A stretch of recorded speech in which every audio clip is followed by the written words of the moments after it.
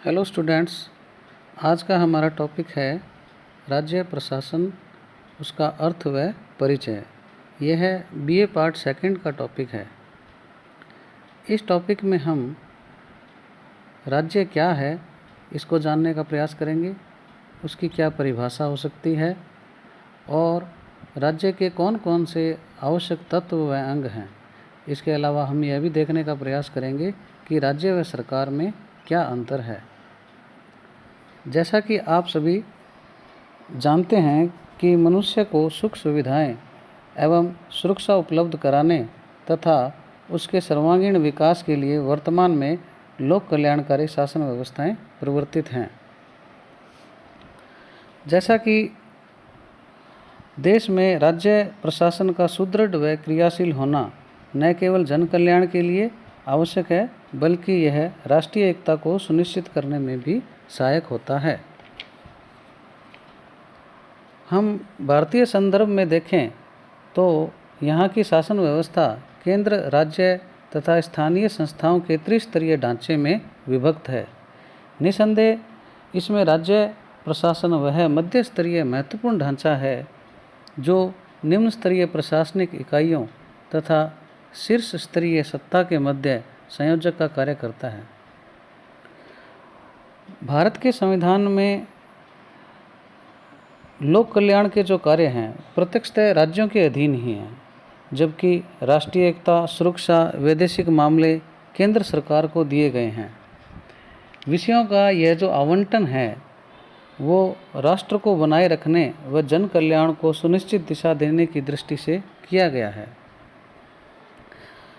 आइए अब हम राज्य क्या है उसके बारे में देखते हैं। राजस्थान एक राज्य है, भारत का ही राज्य है और वर्तमान में भारत में 28 राज्य व 8 केंद्र शासित प्रदेश हैं। सामान्यतः किसी देश को राज्य कहा जाता है, लेकिन यह मान्यता राजनीति विज्ञान के सिद्धांतों के अनुसार स्पष्ट व सर्वांगीण नहीं है। यद्यपि राज्य की उतनी ही परिभाषाएं हैं जितनी राजनीति विज्ञान के विचारक हैं, तथापि उनमें से बहुत कम परिभाषाएं राज्य का जो शब्द है उसकी अर्थ व अवधारणा को स्पष्ट कर पाती है।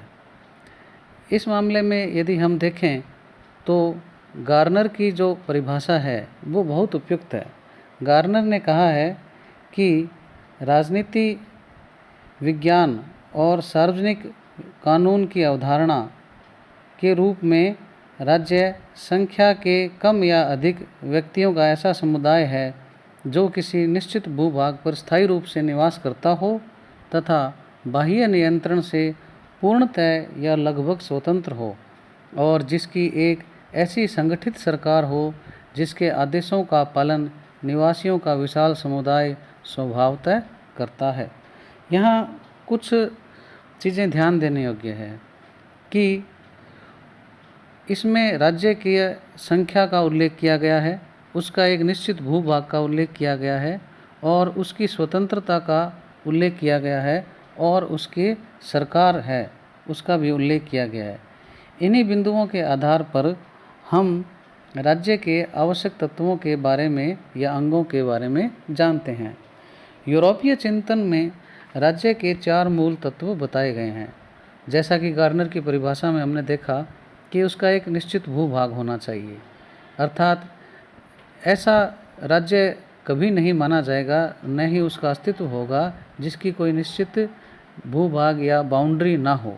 यानी किसी राज्य को राज्य कहलाने के लिए उसकी एक निश्चित भूभाग की सीमा रेखा होना आवश्यक है। उसको हम सामान्य अर्थों में उसका नक्शा या मैप कह देते हैं। इसके अलावा दूसरा जो बिंदु है राज्य का जो मूल तत्व है वह है उसकी जनसंख्या। किसी भी निर्जन स्थान को राज्य का दर्जा नहीं दिया जा सकता, वहाँ जनसंख्या होनी आवश्यक है। निर्जन जगह के लिए कोई राज्य का तत्व शामिल नहीं है। तो जनसंख्या जो है वो राज्य का एक आवश्यक तत्व है। जब जनसंख्या होती है तो उसके बाद में समुदाय अपनी एक निश्चित सरकार का निर्माण करता है।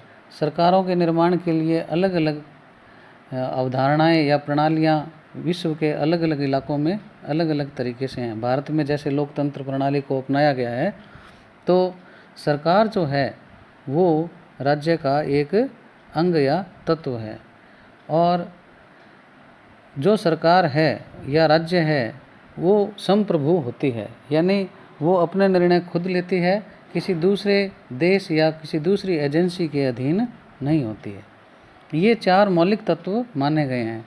इनमें से कि चारों में से किसी एक भी तत्व का कहीं अभाव हो तो उसको राज्य का दर्जा नहीं दिया जा सकता है।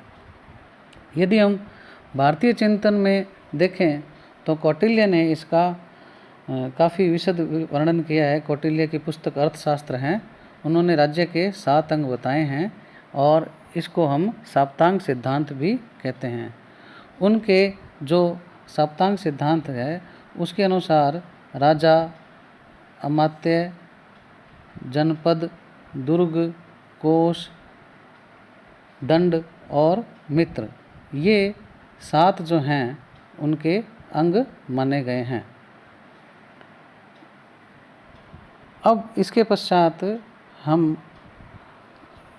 यह देखने का प्रयास करते हैं कि राज्य व सरकार में क्या अंतर है। जैसा कि हम देख पा रहे हैं कि राज्य जो है वो एक स्थायी विचार है, जबकि सरकार या शासन क्या है, बदलता रहता है।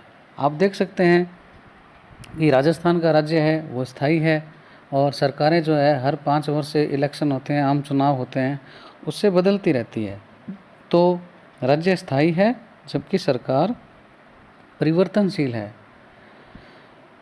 शासन जो है वो राज्य का एक तत्व है, यानी सरकार या शासन क्या है, राज्य का एक तत्व है। जैसा कि हम पढ़ चुके हैं पहले कि राज्य के 4 अंग जो पढ़े हैं उसमें से सरकार या शासन भी एक शामिल है। राज्य अपने आप में संप्रभु होता है जबकि सरकार या शासन नहीं, क्योंकि लोकतंत्र में समझ सकते हैं, आप जानते हैं कि जनता में निहित है। इसी प्रकार हम देखते हैं कि शासन का विरोध होता है, सरकार का विरोध होता है, लेकिन राज्य का कभी विरोध नहीं होता। राज्य व्यापक है जबकि शासन क्या है, सीमित है। इस प्रकार से हम राज्य व सरकार के बीच अंतर कर सकते हैं। धन्यवाद।